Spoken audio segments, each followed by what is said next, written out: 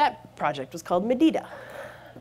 I was 90% hair for most of our concerts. And so the people in that crew, starting from Starboard, your left is Ronan, is the guy with the soul patch, and he's the guy who's actually producing my current, or helping to engineer a lot of my current album. Right. The long-haired dude is Yoni. I'm her. And the handsome black dude on the left, on the right is Omar Bliss, who nice. Wow, hey, who fronts his own project now as well. Right. And Yoni has an album coming out, so. Wow, cool. So what time frame was this? What years was this going on? I think it was like 2003. Okay. Yeah. And did you guys put together a record? It was called Apple. Oh shit! It was called Apple S, Apple Z. So what was that whole experience of being in a group and?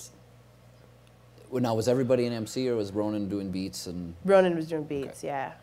I think I found it it was a great place to cut my teeth, but because I was really coming from behind, you know, I knew it. I knew I was really coming from behind and that I had like, you know, 30 years of hip hop to catch up on. Yeah, were you cramming? Yeah, oh God, absolutely. How did you do that? What did you do? It was like we'd come to our weekly meetings where everyone's like, who wrote a verse? I did. And then Yoni would be like, let's talk, and then would hand me like 10 albums. And I would have to like listen to those or at least, you know, get a vibe and then come back, so.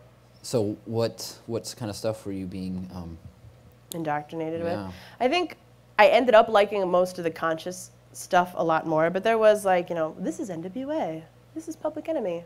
Have you written a 16 this week? it was very remedial hip hop. And then Talib Kweli and a lot of the conscious MCs as well. And then it was actually Yoni who had this stacks of CDs, and we lived in, I think all of us at one point lived in the same house, almost. It was the house that burned down on Garfield Avenue. It used to be a big commune for artists. It was called the Wookiefoot House. And there was maybe like 11 bedrooms and an iguana room. Is that like on 31st? Yeah. That burned down? Yeah. Yep. Wow.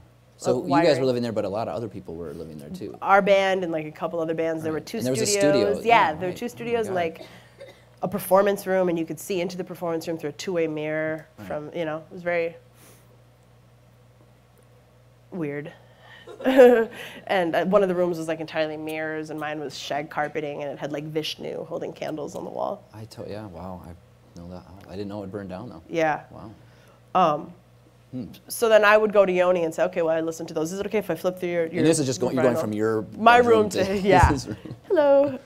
Is it okay if I listen to some more albums? And he'd say yeah, or he'd hand me something. And then he handed me this slimline CDR that had a dead bird with its feet up on it.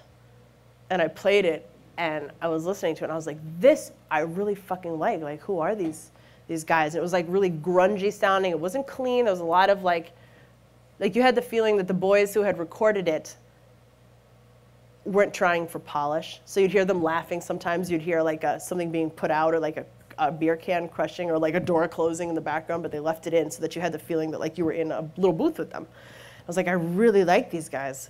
Do they have anything else? And he was like, I don't know. I was like, well, do you know where are they West Coast? And he was like, no. I was like, well, what's their name? And they're Doomtree. And I was like, really? Wow. So what city are they from? And he's like, they live next door. And so I walked, like next door, and was like, hello? And then there was a CD called Midwest Broadcast, and I had heard Sarah White on it for the first time, and I thought she was so good.